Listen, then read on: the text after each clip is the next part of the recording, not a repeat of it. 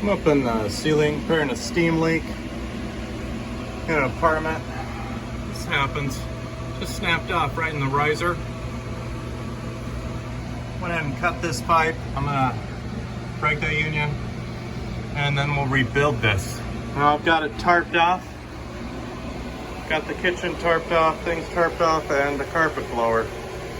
Keeping the dust down, although there's so much steam that's been in here. This lady's been out of town, she hasn't reported it. So I'll be able to go ahead and rebuild this.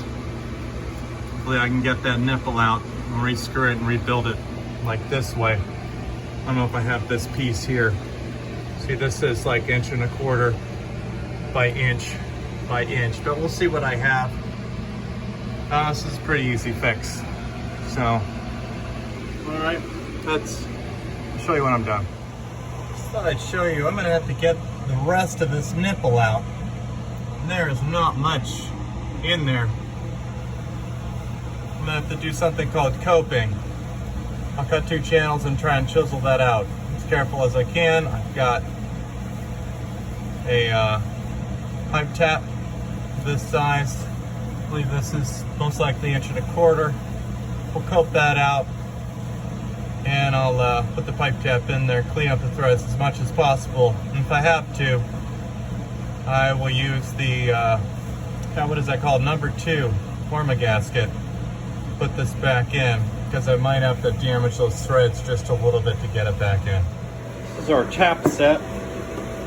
We've all the way from 3/8 actually up to 1.25 inches. This is what I'm going to use just a little later. I got just some Zoom spout oiler to help me with the tapping. I'm going to light. I'm old and I need light. How to cope that out? You're going to use my sharp chisel. I might sacrifice the screwdriver too, because this is a bad situation. I can replace this for a couple bucks. The amount of money this is saving or costing is going to be a lot less than this damn screwdriver. I might sacrifice this guy too. It's one of my favorite screwdrivers. My hammer. So, got my little hacksaw. Be very careful. I'm going to cut 2 channels in there, and we're going to see what we can do to cope that out. All right, I'll show you how it goes in the process. And I got the steam off, by the way. Very important. Got the steam off. So I've got my little channel. Let me get my light in the right position. See, I've started to cope that out. It's starting to give on top. I'm just going to ease that out very carefully. Actually, my channel, where I tried to chisel out that little section, broke off in a very unfortunate position. But I'm not worried. Just got to keep working it. Just take your time. Take your time. For me, I don't like to take it all out at once. I like to slowly work it around like that. I can slowly separate this nipple from the side. See, it's even like still on there pretty good. Cast iron tends to weld itself to steel, so it's in your best interest. Just work it around slowly. Do not rush this. You might want to do this, but I could break that off. And that would create more of a problem for me than I want.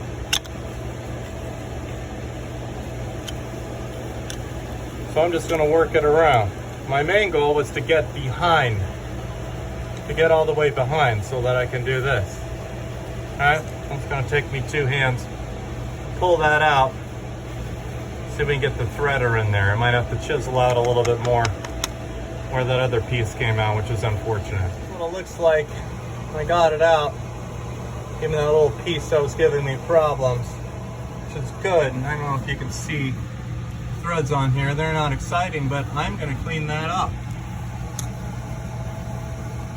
You can see, I don't know if you can see, I really haven't cut into those threads too bad.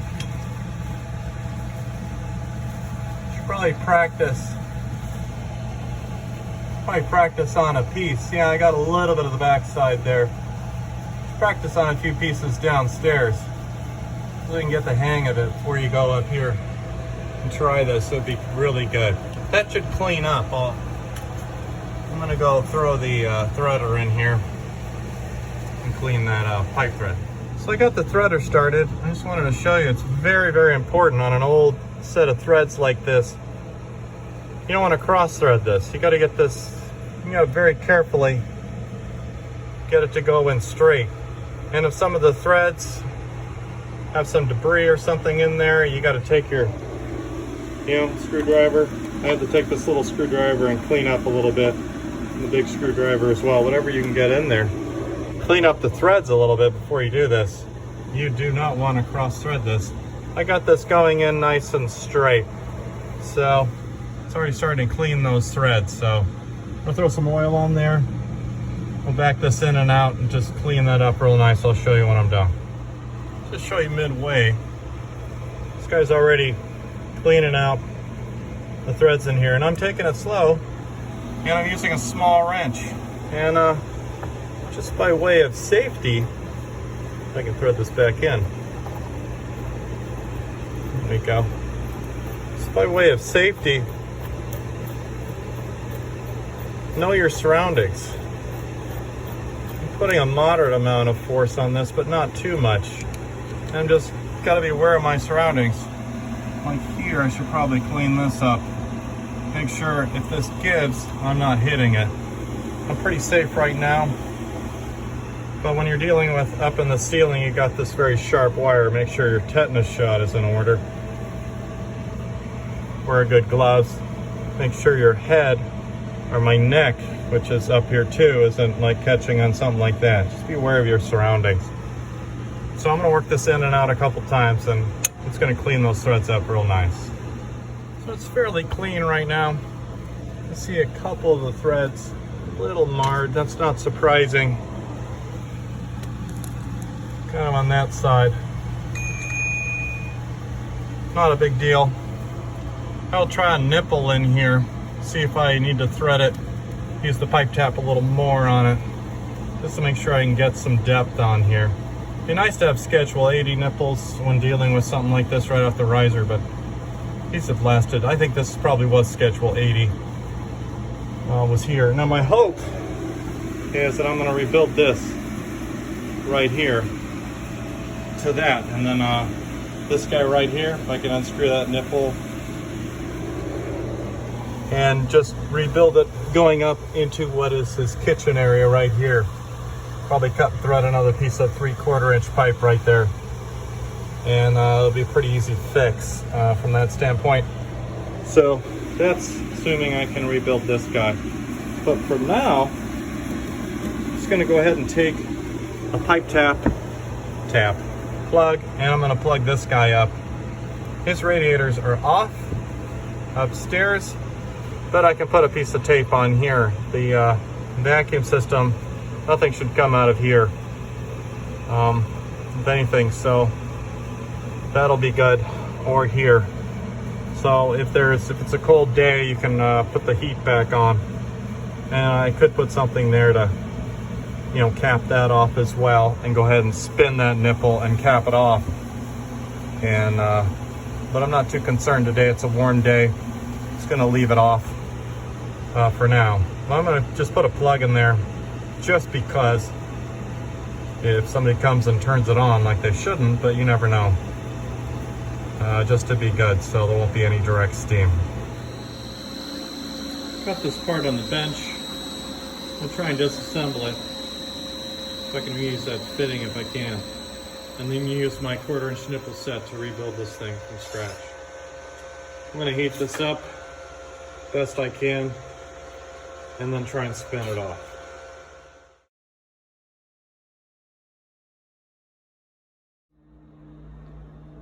So my nipple set's at another building. I have time. I'm gonna come back to this. I got windows to do. So I'm gonna shift this down the road. I'm gonna let this dry. The carpet blower here, we're just gonna blow up in here. Let it dry for a day or two. Now I've taped those, and that might seem a little strange. Those are the feed pipes, the steam feed pipes going up. If anything is coming through there, it's gonna be vacuum. And at 10 West Elm, you have a vacuum system. Now the other buildings, you have a 2-pipe system. This is a 2-pipe system, in case you're watching this. And there shouldn't be any steam going through the returns. It would have to run through the returns, through the radiator, up to the top, and then come back down. Highly unlikely. Now I wasn't able to screw that off and get that off. I want to deal with that later. So it's a little hacky, but it's going to work. It's going to work just great. Okay, so when I get my nipple set in, I'll show you how to tear down that part. Do that on the workbench downstairs, and we'll put this sucker back in. And I've screwed in, what I have done is screwed in an 1.25" plug. We're going to test that out, make sure that's good. We're going to see if the vacuum comes up again now that we got this one. I suspect there's probably 2 or 3 separate leaks, but we'll find out. So in the course of trying to get that off, of course it cracked. It's cast iron, it's not malleable. It's a nice fitting. So we're gonna have to rebuild that. I'll probably get a 3/4 or 1.25" straight T and try and do 2 reducers. Now you don't want to have the steam. Be nice to have this. If I can find this, great. If not, gotta be careful. This is actually coming in. This should be okay. I don't want to be dropping condensate coming back down into the live steam. So even if I do a straight 1.25" T with 2 reducer bushings, I'm still, it'll be run down the bottom, run down the lip, and then keep going out. That'll be fine. So it's a nice fitting. It was. It served its life. This was probably welded on just too tight. So that's the way it goes sometimes. Now I know upstairs it's feeding 2 radiators, bedroom and kitchen. Tenant currently has them off. If it was cold, I'd be putting in some electric heat and go to the store. Not a big deal. All right. When I get the parts in, I'll make another video to show you what I've done. So I was able to break this piece out of the original cast iron fitting, which I cut down with a grinder. You can see, well, this piece I just cut in half because I wanted to get to not this side, but the other side. And you can see I cut in with the grinder, not getting to the threads. It was a 1-inch piece, not that one. So it didn't damage the threads at all. And I cut it down. That side's a little close. So you really just need to cut it to there. And then use a nice sharp chisel.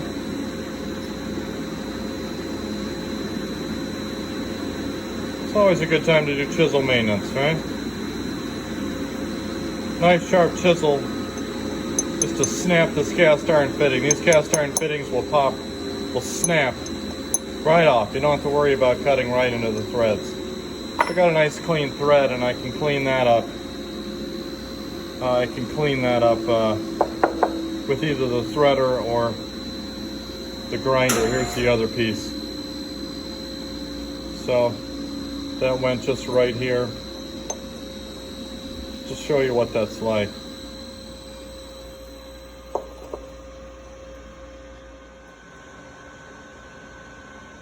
So I extracted this piece. This is the most important piece. This will screw back in to the other side of the union up there.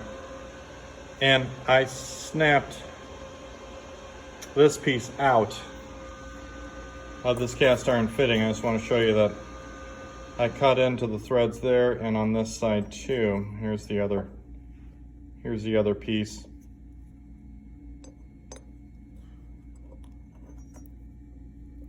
Kind of just like that. And then using a nice sharp chisel.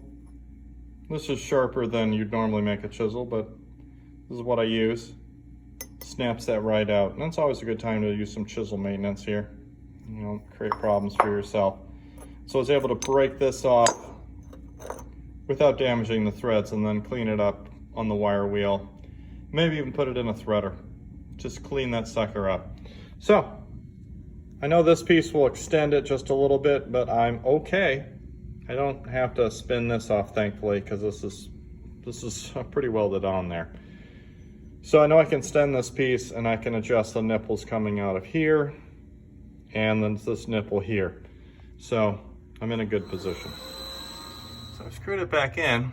I'll wipe that pipe dope off. I got a nice connection here. All right, well, that'll go right back together, and then I'll deal with that. I'll have to spin that a little bit. It's not good, but that should be okay. I should be able to work it out with a couple fittings to get over here.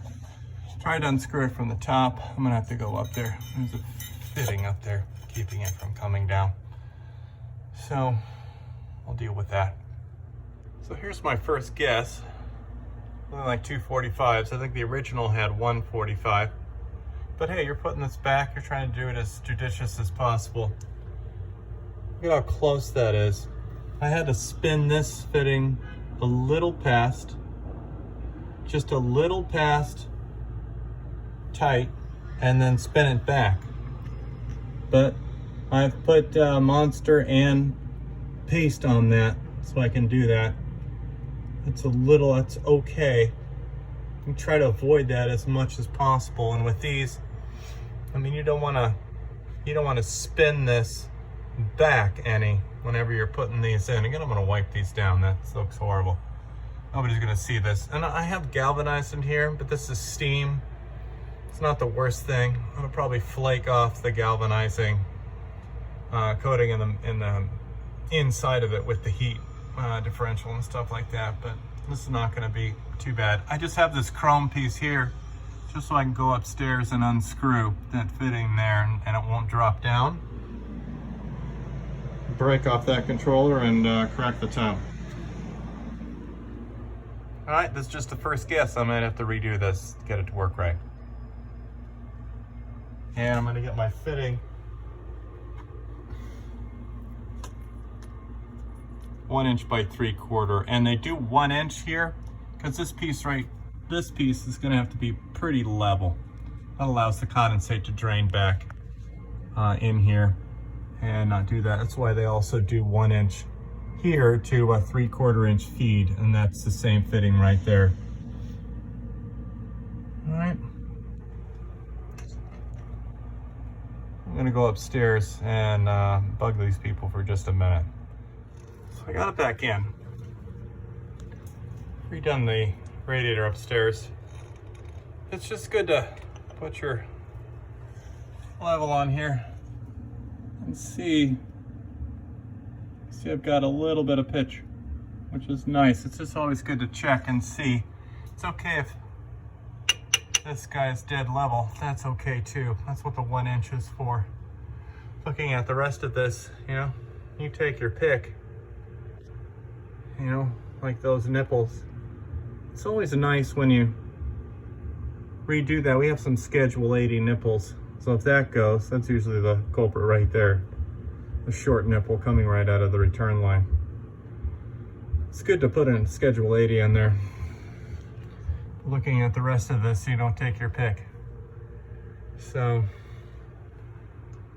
this one is, we're gonna have to test this. About 60 degrees today, so I don't know about that. We'll see about testing, and I'll look at the weather and see what's going on. May just leave the heat off overnight and I can come in and test it in the morning. I'm gonna have to make a decision on that. I'm gonna clean everything up. I can still be a professional here. Can clean everything up.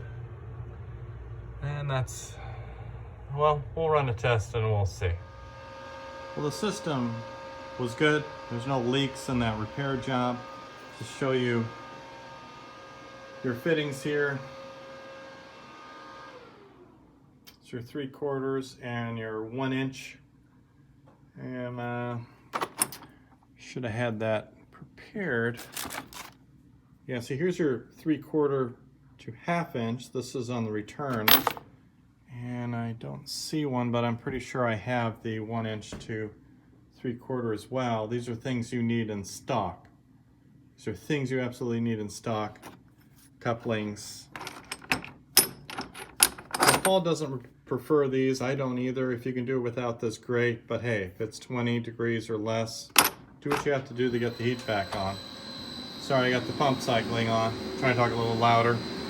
I did get some other fittings. This is from Supply House, and it's Ward. That's the best that I've used so far. Here's your 1 inch or 1.25 by 1 by 1, right? And got some of these just in case. This is more for Lakeview. But we have some here, and then in this location, well, we got some stuff in from Elgin. I know it's galvanized, so don't worry. Here's your nipple sets, which I did replenish to some degree. 3/4. That 1 inch. Yeah, your 1.25 inch nipple set is currently in Lakeview right now. I think that's 1.5 inch. There's 2 inch. We don't use much 2 inch. And yeah, so here's the nipple, or the threaders. You got a smaller set and a larger set. There's the larger set, up to 2 inch, and then your smaller set. Right, and this is what, 3/8 to 1.25 inch, depending on what you need. It's good to clean the threads up. And then also have your threading machine. You can look up a video on YouTube how to use this baby. This is beautiful.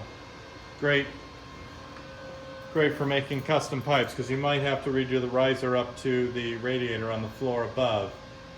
You might have to redo that pipe. Absolutely. Here's your big wrench if you need it. Here's that vise that was in the video. I'm in what is called the pump room. And again, most of your fittings that you'll need for this is in this location. Copper fittings are on this side. And here is parts related to either steam traps, and here's your steam trap repair stuff right here. Your thermostatic controllers, all available through Zorro or Supply House. There's other manufacturers out there. Great, use them if you want. Not gonna hurt me. I don't have, yeah, what I don't have is sometimes you have to use an old compression fitting with some kind of cap on it.